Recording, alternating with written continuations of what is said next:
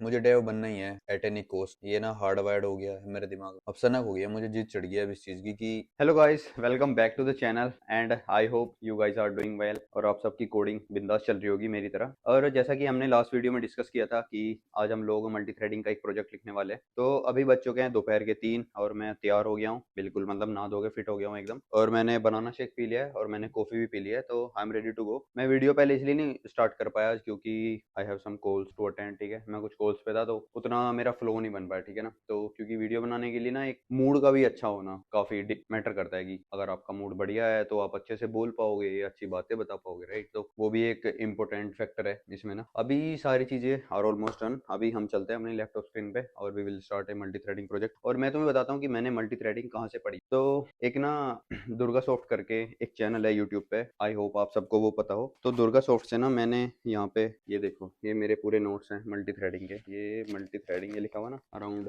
इतने पेजेस हैं, इतने पेजेस के ये नोट्स हैं। अराउंड होंगे 50 पेजेस के अराउंड ही होंगे जो मैंने नोट्स बनाए हुए हैं। तो आज मैं इन नोट्स को गो थ्रू करने वाला हूँ। सारे नोट्स तो नहीं पढ़े जाएंगे पर जितने भी होंगे we will start writing multi threading concept, code करना शुरू करते हैं। और कल का जो राउंड था इंटरव्यू का, पहला राउंड, वो ऑब्जेक्टिव टाइप क्वेश्चन का जिसमें मेरा लैपटॉप बंद हो गया था। यार मैं उस कंपनी का इंटरव्यू नहीं दे रहा यार, मेरा मन नहीं कर रहा उसका इंटरव्यू देने का, क्योंकि यार इतना गंदा राउंड है ना वो पहला ऑब्जेक्टिव टाइप। उसमें मतलब रट्टू तोते वाले आंसर्स पूछ रहे हैं, वो ऐसे आंसर्स नहीं दे पाऊंगा यार मैं। मतलब समझ रहे हो आप, कोई भी नहीं दे पाएगा ऐसे एकदम से रैंडम क्वेश्चंस के आंसर कैसे दोगे आप। तो आई थिंक कि पता नहीं, I am not getting vibes, और जिस चीज से मुझे वाइब्स नहीं आ रही उसका मैं इंटरव्यू नहीं दे रहा। एक थर्सडे को मेरा इंटरव्यू है तो वो मैं दूंगा, उसकी मैं तैयारी कर रहा हूँ, तो इसलिए मैं मल्टी थ्रेडिंग पढ़ रहा हूँ। तो तब तक वो चीज हो भी जाएगी, लगभग 3-4 दिन में ये प्रोजेक्ट हम बना भी लेंगे। ठीक है ना, एक छोटा सा प्रोजेक्ट बना रहे हैं हम लोग, और जो प्रोजेक्ट मैं बनाऊंगा वो I will tell you guys. तो अभी तो पहले बेसिक्स को स्किम करना है, एक बार पढ़ना है। Now let's go and start the project. ये गेट खुला रहता है ना तो दूसरी तरफ आवाज जाती है, और मैं ऐसा नहीं चाहता कि किसी को मेरी आवाज ऐसे जाए। तो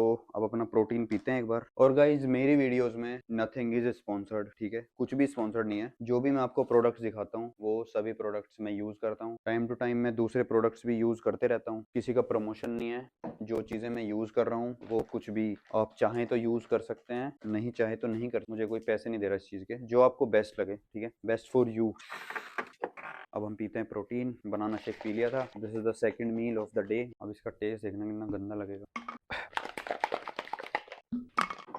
चलो भाई, अब थोड़ी एनर्जी आ गई, अब शुरू करते हैं दोबारा से यील्ड और स्लीप वाला मेथड जो हमारा। So guys I have completed around 2 hours. आज के 2 घंटे में पढ़ चुका हूँ, और इन 2 घंटे में मैंने क्या पढ़ा है वो मैं आपको बता देता हूँ। So we started with the introduction of multi threading, जिसमें हमने पढ़ा कि मल्टीटास्किंग क्या होता है और थ्रेड बेस्ड मल्टीटास्किंग क्या होती है। इसके अलावा the ways of defining a thread. Thread को डिफाइन करने के ना दो तरीके होते हैं, एक तो थ्रेड क्लास, एक रनेबल इंटरफेस। तो हमने इसमें दोनों तरीके पढ़े। फिर बाई एक्सटेंडिंग थ्रेड क्लास, और हमने इसमें पढ़ा कि थ्रेड शेड्यूलर क्या होता है। थ्रेड शेड्यूलर बेसिकली होता है जो ये डिसाइड करता है कि कौन सा थ्रेड सबसे पहले चलेगा। It is responsible to schedule threads if multiple threads are waiting to get the chance of execution, then in which order threads will executed is decided by thread scheduler. तो ये डिसाइड करता है कि किस order में हमारे thread चलने वाले। ठीक है, फिर इसके बाद हमारा आया कि टी डॉट स्टार्ट और टी डॉट रन में क्या फर्क है। बेसिकली टी डॉट स्टार्ट क्या करता है, एक थ्रेड नया बनाता है जिसकी मदद से हमारा टी डॉट रन मेथड चल पाता है। ठीक है,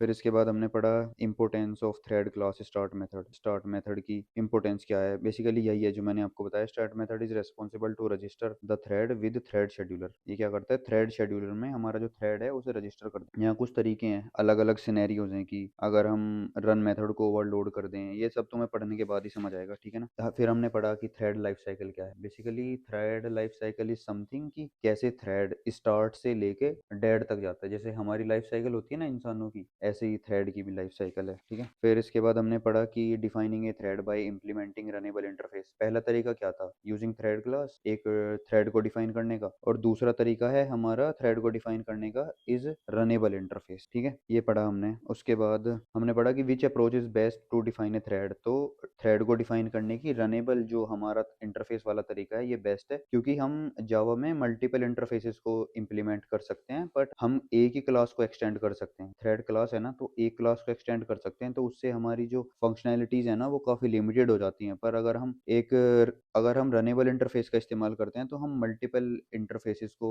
इम्प्लीमेंट कर सकते हैं। ठीक है, इसके बाद हमने पढ़ा कि थ्रेड क्लास के कंस्ट्रक्टर क्या क्या होते हैं। वैसे थ्रेड क्लास हम यूज़ नहीं करने वाले, हम रनेबल का यूज़। फिर हमने पढ़ा कि getting and setting name of A thread, कि एक थ्रेड के नाम और उसे कैसे सेट कर सकते हैं। तो ये दो मेथड हमें प्रोवाइड कराता है, गेट नेम और सेट। ठीक है, फिर हम आगे बढ़े भाई। वी स्टडीड कि थ्रेड की प्रायोरिटीज क्या हैं। अब कौन सा थ्रेड पहले चलेगा, कौन सा थ्रेड बाद में चलेगा, ये हम प्रायोरिटी सेट कर सकते हैं। मिनिमम प्रायोरिटी होती है 1, मैक्सिमम प्रायोरिटी होती है 10, और जो डिफॉल्ट प्रायोरिटी होती है वो होती है 5। तो हमारा जो मेन थ्रेड होता है ना, उसकी डिफॉल्ट प्रायोरिटी हमारी 5 होती है। बट लेकिन इसे सब इग्नोर करो, ये सब मैंने पढ़ लिया। वैसे ये डिफॉल्ट प्रायोरिटी जो मैंने बताया आपको, ये 5 होती है। ठीक है यार, ये क्यों आ रहे हैं बार बार। ठीक है, अब मैं आपको बताता हूँ कि बट ये ना थ्रेड प्रायोरिटी सेट करने के बाद भी जो ऑर्डर है ना थ्रेड्स का, कि किस ऑर्डर में वो एग्जीक्यूट होंगे, वो गारंटी नहीं कर सकता कोई भी। ये डिपेंड करता है हमारा थ्रेड शेड्यूलर के ऊपर, कि थ्रेड शेड्यूलर किसे पहले प्रायोरिटी दे रहा है। क्योंकि जो थ्रेड प्रायोरिटी होती है ना वो ओएस लेवल पर डिपेंड करती है, ना कि हमारे जावा लैंग्वेज उसे डिसाइड नहीं कर सकती। तो थ्रेड प्रायोरिटी सिर्फ एक हिंट है, ये सिर्फ ऐसा है कि भाई तुम्हें मुंबई जाना है तो तुम ट्रेन से चले जाओ, बट बंदे की मर्जी है वो ट्रेन से जाए या वो एरोप्लेन से जाए। ठीक है ना, फिर हमारा आता है कि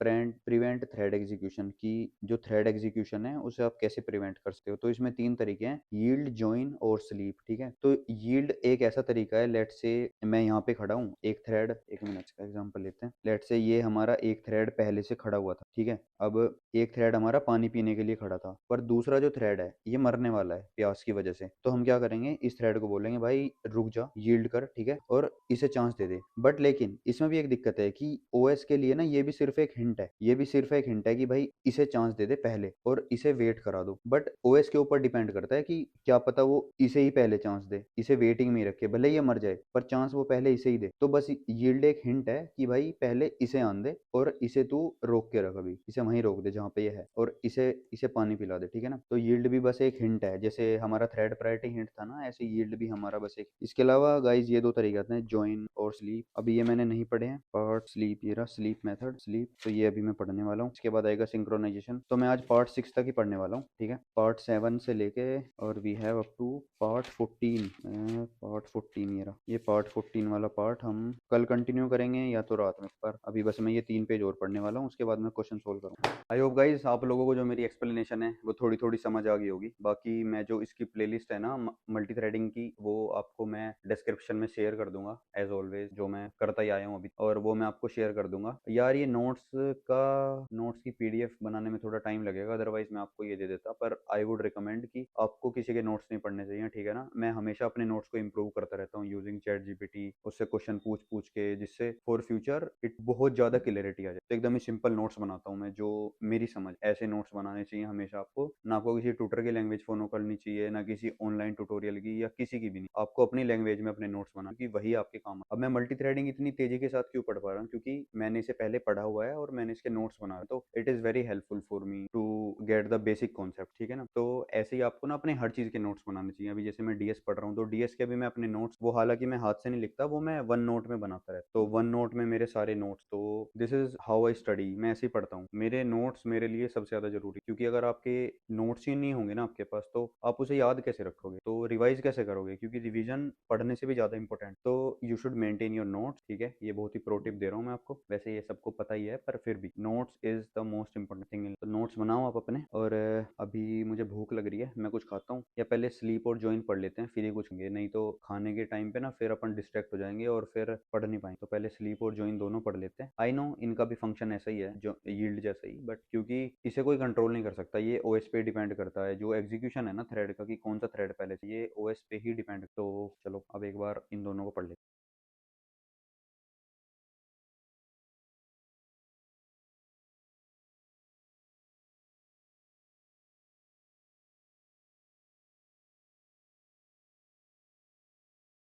सो हेलो गाइज, रात के बज रहे हैं 2:37 और अभी मैं एक क्वेश्चन सोल्व कर रहा हूँ ग्राफ का, जो कि हम डेली सोल्व करते हैं। एक क्वेश्चन ग्राफ का हम सोने से पहले डेली हमें एक क्वेश्चन करना ही होता है। और अभी मैं जो स्ट्राइवर की 56 क्वेश्चंस वाली सीरीज है, उसमें मैं 13th क्वेश्चन पे आ गया हूँ। क्वेश्चन का नाम है distance of nearest cell having one. ठीक है, distance of nearest cell having one. इस वीडियो का लिंक मैं डिस्क्रिप्शन में डाल दूंगा, you can check out from there. और भाई अभी मुझे नींद आ रही थी, तो मैंने एक ब्लैक कॉफी बनाई है पानी में एक कॉफी का पैकेट डाला है एज यूजुअल जैसे हम बनाते हैं, no fancy stuff, simple coffee. और इसे हम मैं पीने वाला हूँ। मुझे पता है इसे पीने के बाद मुझे नींद मेरी भाग जाएगी और 4 बजे लगभग मैं सोता हूँ, वो नींद भी मेरी खराब होने वाली है। बट अभी मुझे पढ़ने के लिए इसे पीना ही पड़ेगा।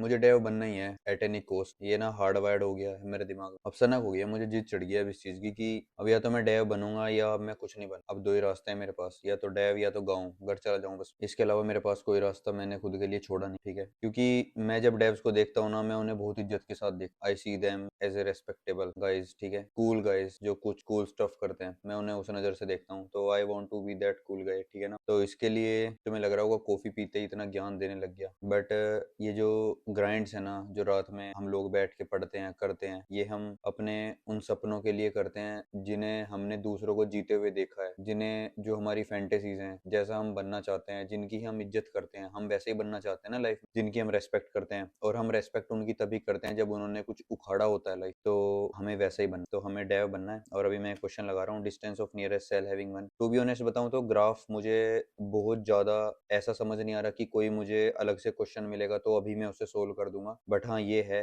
कि मैं क्वेश्चंस को समझ रहा हूँ बस, कि वो बताना क्या चाह रहा है। और I am sure, I am 110% sure, जब मैं इन क्वेश्चंस को दोबारा सोल्व करूंगा ना, जब मैं इन क्वेश्चंस को दोबारा लगाऊंगा, तो I will be able to solve these questions. ये मेरी गारंटी है। पहली बारी में तुम्हें कभी भी एक्सपेक्ट नहीं करना है कि तुम सोल्व नहीं कर पा रहे हो, तुम्हारी समझ नहीं आ रहा है तो तुम क्विट कर दो। नहीं, ऐसा होगा। पहली बारी में तुम्हें समझ नहीं आएगा कुछ भी, तो तुम्हें बस क्या करना है, फॉलो करना, जो ट्यूटर बता रहा है वो फॉलो करना है, कोड को समझना है और कोड को लिख लेना, दैट्स इट, ठीक है। फिर तुम्हें क्या करना है, एक दो दिन बाद उसे फिर से उसका रिवीजन मार, that's how you will remember that thing. कुछ नहीं है ये कुछ नहीं है, कुछ हार्ड इजी कुछ नहीं है। बस इसमें इतना है कि या तो तुम्हें कुछ चीज पता है या तो तुम्हें कुछ चीज नहीं पता है, बस इसमें दो चीजें, तीसरी चीज इसमें है ही नहीं। तो बस हमें पता करना है, हमें बस सीखने हैं, पैटर्न सीखने हैं, हमें जानने की अलग अलग तरह के क्वेश्चन कैसे हो सकते। तो अभी हम 13th क्वेश्चन पे आ गए हैं, तो अभी मैं इस क्वेश्चन को सोल्व करता हूँ इस ड्राइवर के साथ, धीरे धीरे जैसे ये बताएगा वैसे वैसे अभी मैं समझ रहा हूँ। और यही मैं तुम्हें बताना चाह रहा हूँ कि तुम्हें समझ के क्वेश्चन को उसके साथ साथ सोल्व करना है, बस दैट्स इट। फिर तुम्हें जब तुम रिवाइज करोगे ना, तो तुम्हारे खुद तुम्हारे याद आने लग जाएगा। और इट्स ए लॉन्ग प्रोसेस, एक दो दिन में ये सब नहीं होने लगा, राइट। मैं जॉब छोड़ के बैठा हूँ भाई, और ऐसा नहीं है मुझे इंटरव्यू कॉल्स आ रहे हैं मुझे, पर I want to be get somewhere good, ठीक है। मैं आरसीजीएम से निकला हूँ, मैं किसी चूते कंपनी में नहीं जाना चाहता, मैं कहीं अच्छी कंपनी में जाना चाहता हूँ, इसलिए मैं इतना हार्ड ग्राइंड कर रहा हूँ। वरना